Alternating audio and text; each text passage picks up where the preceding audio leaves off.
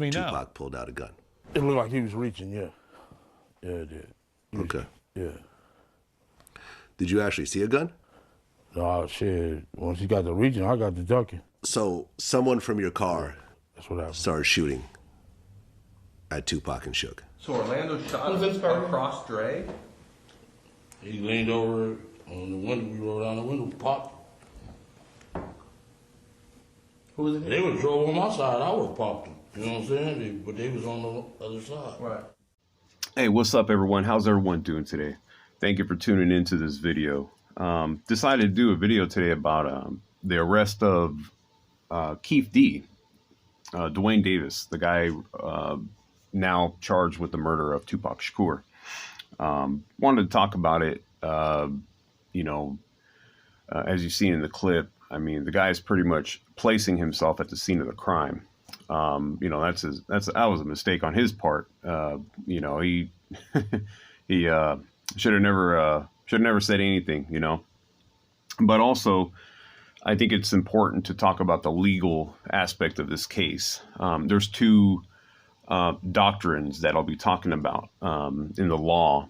And I know this is Nevada, so it's not California. So I did a little research on Nevada law and trying to figure out, are they going to be able to get a conviction? Because he didn't admit to shooting Tupac Shakur. He admitted being there, being in the car, which could be enough. And like I said, I'll talk about these two doctrines. One is called the corpus delicti rule. The other one is called the natural and probable consequences doctrine. So a little backdrop of this story. This guy, Duane Keefe D. Davis, he's a member of the Compton Crips. He admitted in a memoir and also in a closed, behind the door talk with federal and state law enforcement. So to kind of go into the state and federal law enforcement interview, apparently he was facing life in prison for some drug charges. And he basically gave up the spill on what happened that night in Las Vegas when Tupac was killed. I find that a little bit interesting. And the reason why I wanted to kind of mention it was they may not have no standing to charge this guy or take him to trial if the feds said, hey, look, we're not going to charge you with anything. Just tell us what happened. If they did that and there's evidence of that, they cannot charge this guy. That would be pretty much, it's hard to say because he did spill in a memoir. He did spill on DJ Vlad's interview, basically, not fully confessed to the crime, but I mean, he's placing himself there. So that's something to look out for. He had done a BET interview and admitted to being in the Cadillac, the white Cadillac that drove up side Tupac in open fire. In the book quote, he says, and I'll kind of paraphrase it. He said, Pac pulled out a strap, and that's when fireworks started. One of my guys started busting back. Now, he doesn't exactly name who is the guy that had the gun and was firing the shots. I'm going to assume, I think it was his nephew, the Orlando Anderson, I believe his name was. We've all seen the video. I'm sure if you're a hip hop fan or Tupac fan, you see Tupac getting into it with these guys. These guys are South Side Compton Crips. And I believe he was probably the one. And, unfortunately, the guy is dead now.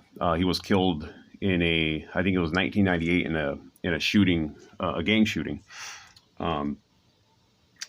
So a grand jury returned an indictment of 1 count of murder and a gang enhancement.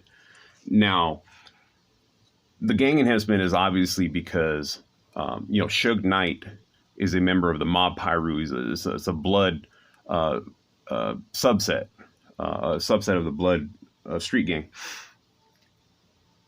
Duane Davis is a member of the South Side Crips, which is their rivals. So obviously the prosecutor, presented all this evidence, and they believe it's somehow gang related.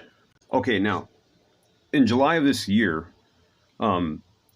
police raided the home of Duane Davis, and there's not a whole lot of information about what they found. But the report is they did find evidence to corroborate what he's saying about being involved in Tupac's murder.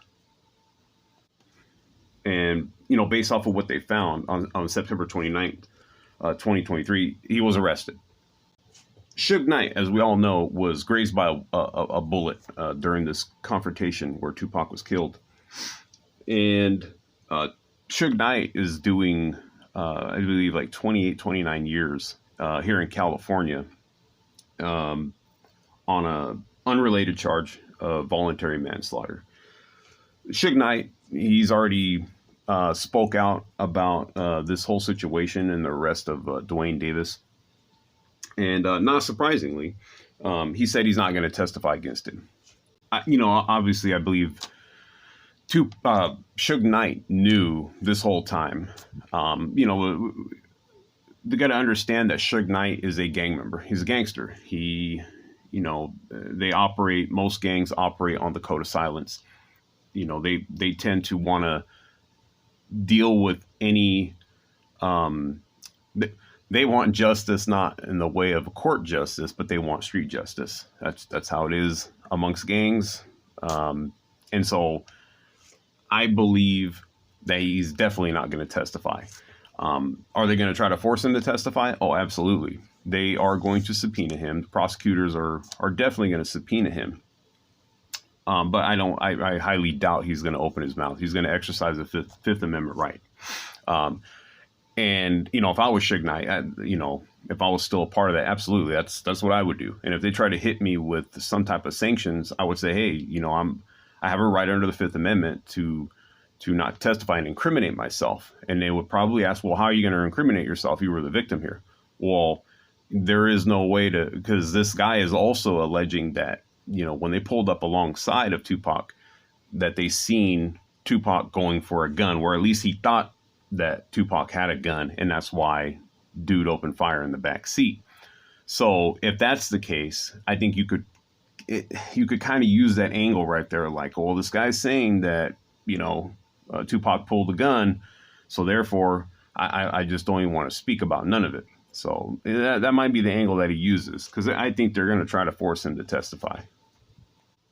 Okay, so here's a question. Do they have enough to convict him?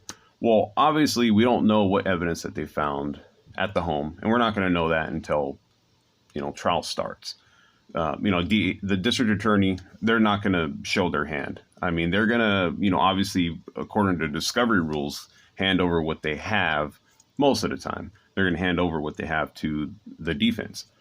But the defense is definitely not going to put everything out there, So as a quick glimpse of this case, and if this was California, this guy's going to prison for the rest of his life.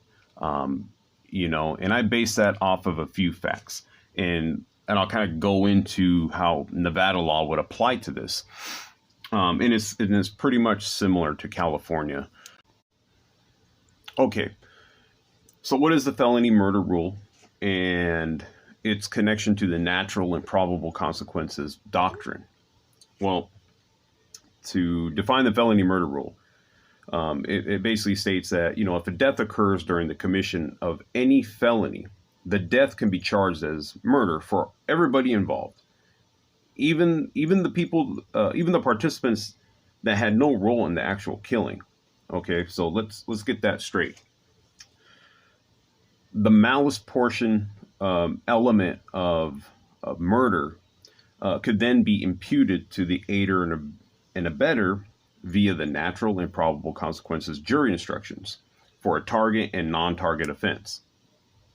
So in this case, I'm not sure what the target or non-target offense would be, but I'm going to assume because Duane Davis has been to prison, felon in possession of a firearm because he retrieved a firearm and put it in the back seat. If I was a prosecutor, that would be my way into getting a conviction here. That would be also evidence to show that that he had the specific intent, because they have to prove specific intent, the mens rea, the mental state of murder. And so I would use that, saying, hey, this guy spoke to this guy named Zip, retrieved a gun from him, placed it in the car, and found the car that Tupac Shakur was riding in. That's how I would kind of come at it. And I would also say, hey, he wasn't even supposed to have a gun. So therefore, he already committed a felony, because he is a felon in possession of a firearm now.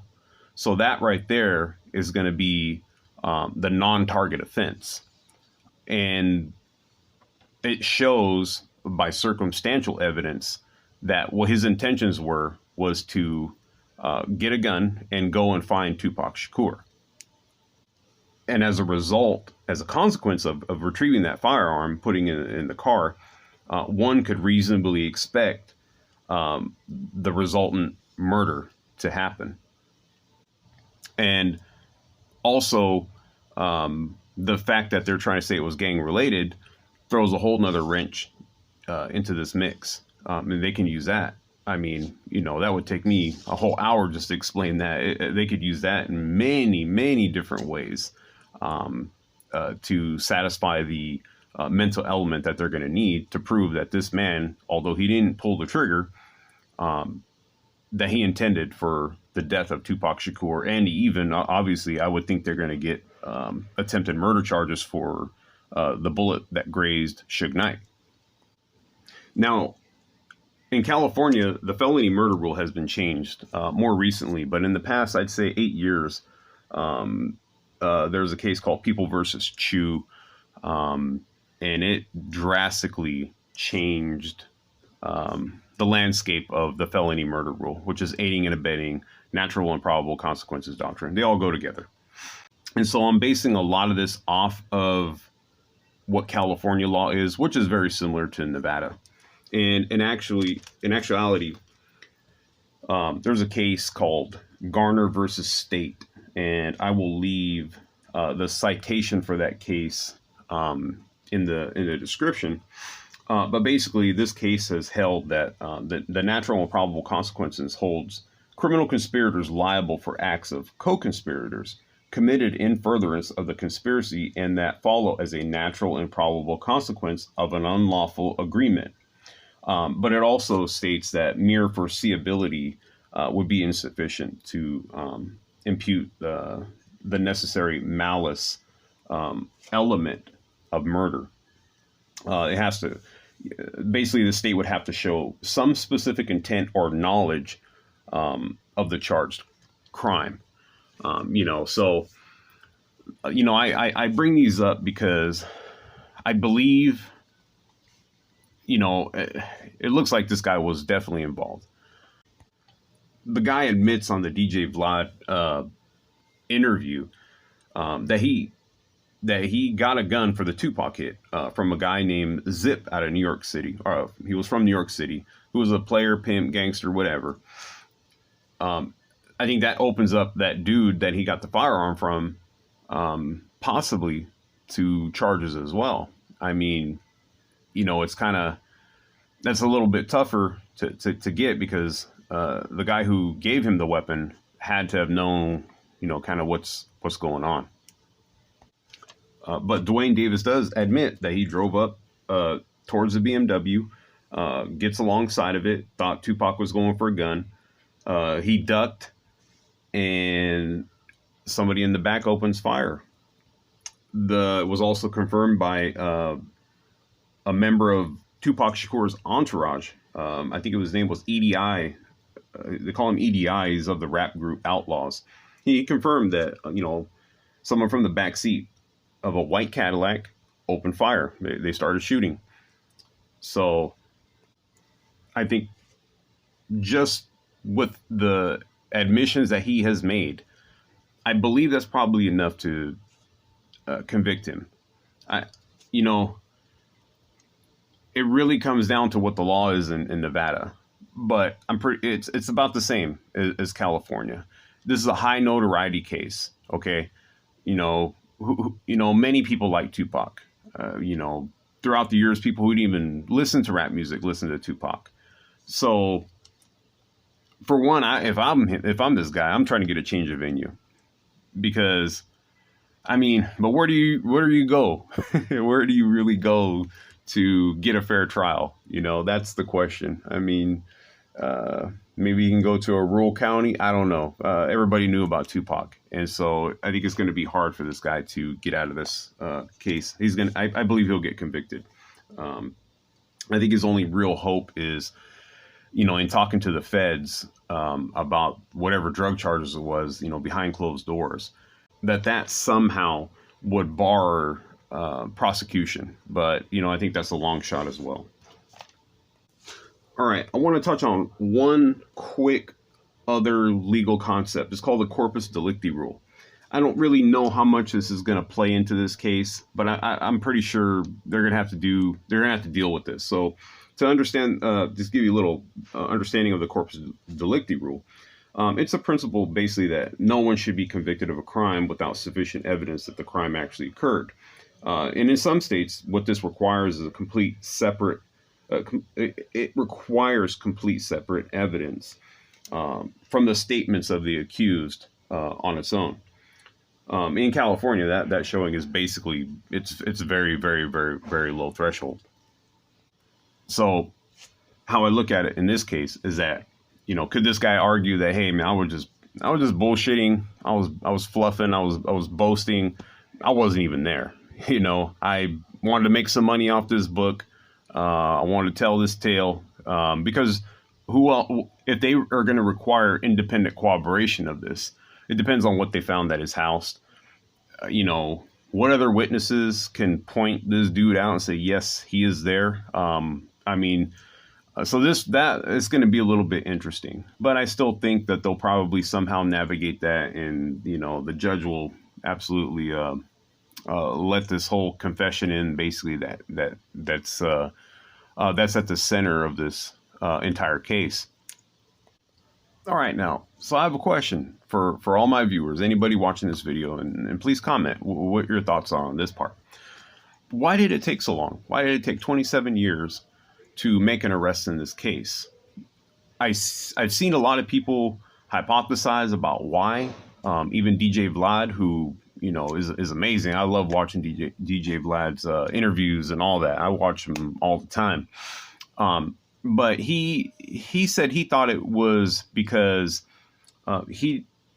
the police did not want to basically tarnish the image of Las Vegas. They wanted Las Vegas to be looked at as like a family destination. So they thought if they maybe prosecuted it, you know, prevent tourists from coming to Las Vegas. Now, I don't really buy that, and here's the reason why. I mean, it was Tupac Shakur. Everybody knew about this shooting. They knew about this murder. They knew that this is what happened in the streets of Las Vegas. So it already had some bad publicity there. And there's other people who are saying other things. What I believe is the Las Vegas police really didn't care. What I believe happened, and why they waited so long, is I think the Las Vegas PD already knew that Orlando Anderson, you know, was the guy who committed this crime. I just think they didn't have many witnesses to corroborate that fact, other than the video showing him and Tupac getting into it. And I think once they learned that he was killed, I believe they just kind of like, you know what, it is what it is. It's, you know, we knew it was him. We're just going to go ahead and not even focus on this case no more. I think at the end of the day, they really just didn't care. After dude died, they didn't care. They didn't give a shit, you know. If anybody's familiar with the Las Vegas Police Department, they are a corrupt police organization. I know that for a fact with experience, and from a lot of my friends having to deal with them. Okay. So, yeah, I think at the end of the day, they really just didn't even care, you know. But at the end of the day, if I'm a juror picked for this jury and I hear that this guy went, got a gun, and put it in his car and drove to Tupac Shakur's vehicle, the person that they just had a confrontation with, or somebody in the car had a confrontation with, I believe that's enough evidence to convict that he intended to kill Tupac Shakur and attempted murder on Suge Knight. So I think he's going to be convicted, and I believe he is going to get life in prison. Any of my subscribers think different? Leave a comment, please. I appreciate you tuning into this video. Do another one on an update on this as things come out more in the light. But I appreciate you watching this. Again, please hit that like and subscribe button and leave me a comment. Take care. God bless you.